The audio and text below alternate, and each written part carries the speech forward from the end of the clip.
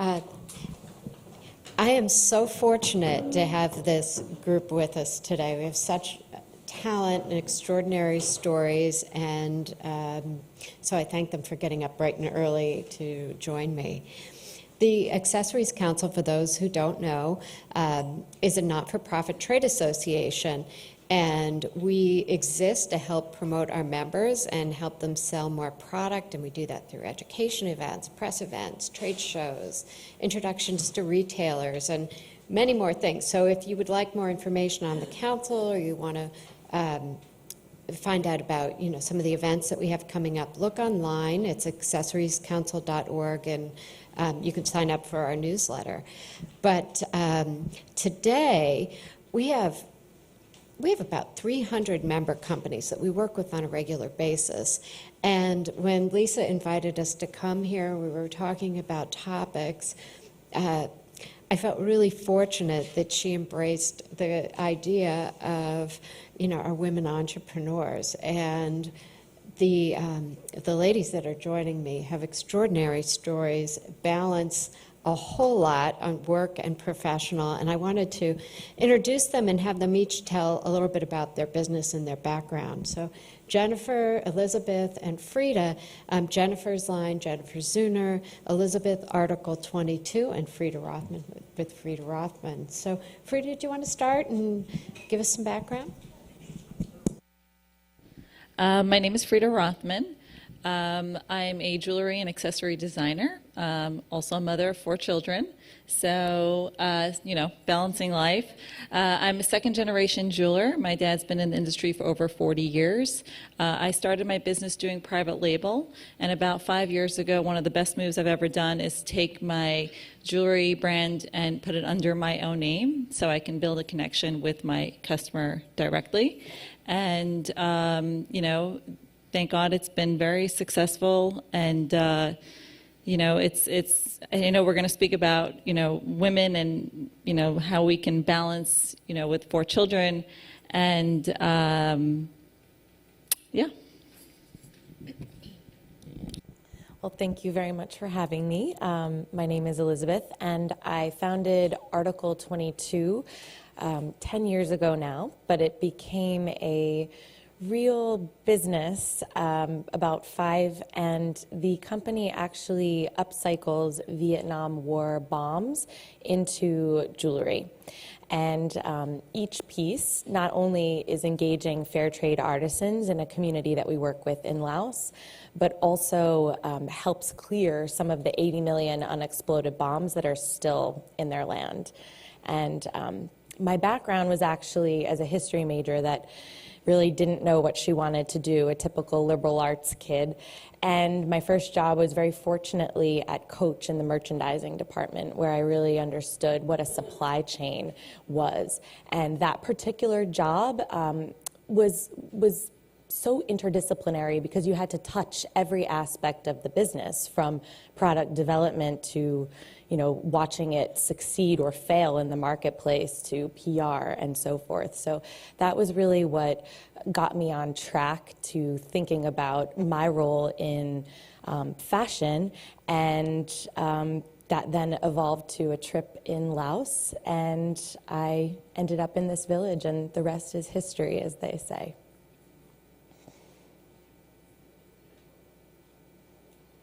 Hi, I'm Jennifer Zuner, jewelry designer and also a mom of 4. Thank you for having me here. I started my business, my background was in PR, and I started my business when my second son was 2 years old. I was taking a break from working, and I fell in love with a necklace that Kate Moss had on, and I didn't Google it. I found it, in a magazine, and it was about $44,000, and all it was a very simple chain, long, and it just looked amazing, and I wanted it for myself, so I made it myself, in sterling silver as opposed to 18-karat gold, and I wore it when I went down to South Beach, walking around, and a store owner sighed on me, and she said, "Where's that necklace from?"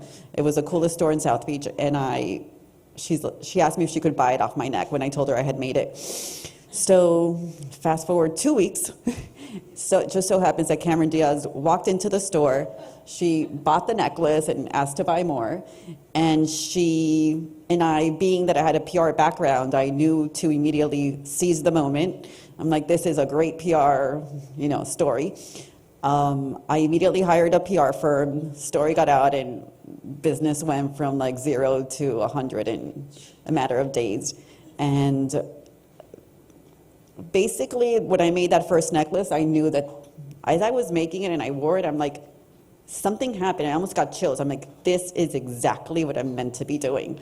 And it was a beautiful moment. And 10 years later, I met Cameron Diaz at Barney's, and I told her the story, and she remembered exactly buying the necklace, and she was really cool and happy to support me, happy to know that she launched my career unknowingly. And it was 3 months later, she was on the cover of InStyle, dripping in my jewelry. It was a very full circle moment. And basically, what I've learned from everything is that you follow your gut. Something feels right, it's right. There's no clear path to success. I was never formally trained in jewelry, in designing jewelry, and just, I don't know, follow your dreams. It's all possible, and there's no formula for everyone. So all three of these ladies are moms, and Elizabeth has a brand new baby, and you're juggling work, and it sounds like you launched your business and baby at the same time. What are some tricks and tips to making it work? Well, yes, I'm new to this, so I look forward to hearing their answers. But I would admit that, being an entrepreneur definitely, in my case, delayed my pursuit of a child, even though I knew that I always wanted one. And I think that's probably one of the biggest challenges when you are, working across thousands of miles from New York to Laos and traveling often and really trying to, build your first baby, in my case, which was Article 22, into something that could walk and then run. And luckily, it got to that point where I said, okay, it's time. But there really is no good time ever. And I think that what Jennifer said is very right. You have to kind of listen to your gut, and intuition is a very, very powerful thing. And so we tend as women, and I am generalizing here, to want to say yes to everything, but the real challenge is to be good at saying no and knowing what your limits are, because then you can do the things that you commit yourself to so much better. And so that was my challenge this last year, is to saying no so that I would be sure that I could balance as well as possible both Article 22 and my new baby. No one's saying that we actually do manage, but we try as best as we can. I flew in last night from Dallas, and this morning I already had my soup up for my chicken soup for Shabbat. So we're just always, multitasking. And to me, I'm always amazed when I meet other moms that, it's really amazing how much women can actually accomplish and how much we can do.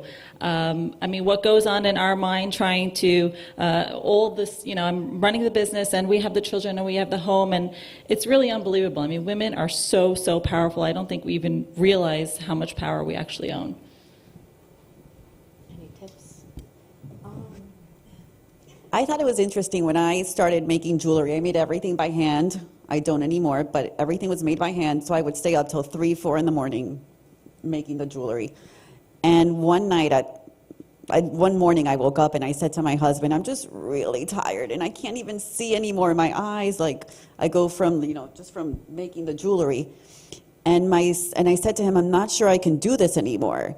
And he was probably 5. My 5-year-old heard me say that to my husband, that I couldn't see anymore, and I was referring mostly to just because I was focusing so much. He went to the room, he got his little lamp that was on his desk, and he brought it over to where I make the jewelry, the table where I make the jewelry. And it sort of clicked, because sometimes I felt, are the kids suffering, that I'm working so much? And basically, no. They like to see you work. They like to see you succeed. Kids are proud of you. And for me, that gave me an unexpected, purpose, just to see how proud they were. And, it was interesting. When you feel like giving up because it's a lot, don't, because it's the best example for your children. So the industry that we serve women, if I look at the leadership, it's hard to find a lot of women in very senior level positions. So I'm wondering if you've encountered any hurdles, challenges, and barriers because of being female and as a head of a company. So again, I'm going to go back to the biggest barrier is the day you have children is the day guilt starts, is you're always feeling guilty and you always feel like you're not giving enough. So that to me would be my biggest barrier. I always feel like I want to be there more for them.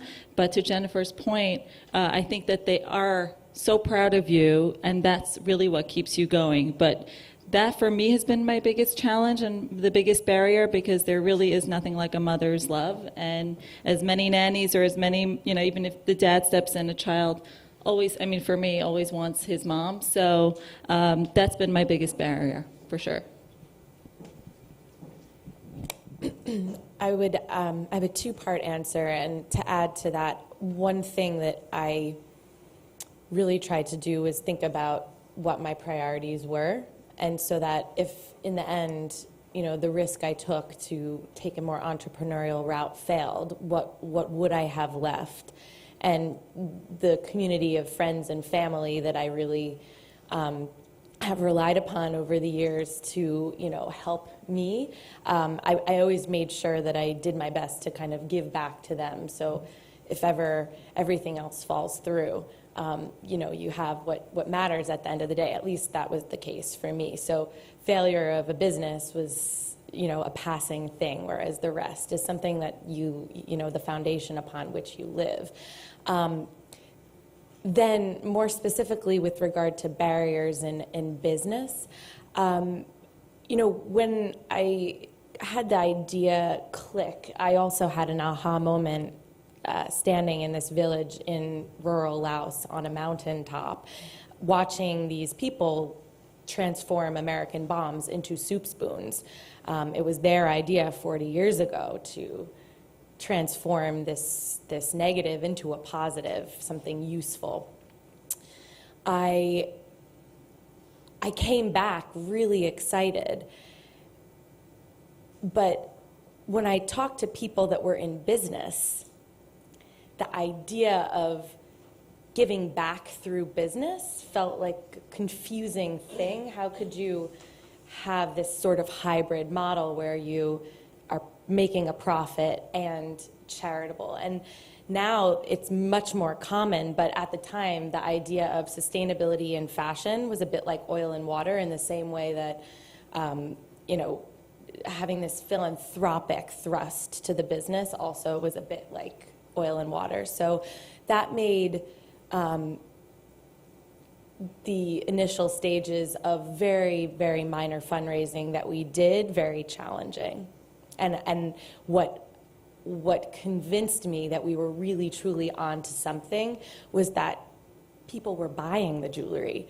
So in a way, it saved us from actually needing to have investment come through in the beginning, because people were just buying it and it was working. Jennifer, you're making your product in the U.S., correct? So has that been a challenge? Have you hit any hurdles with that?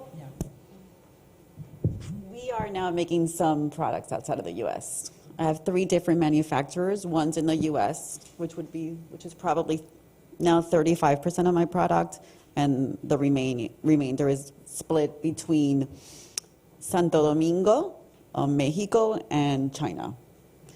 And it is, I wanted to keep everything here in the U.S., but unfortunately, I don't think a lot of consumers, value the made in the USA.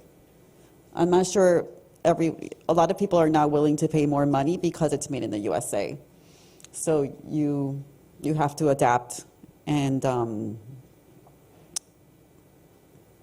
so you have to evolve with, you know.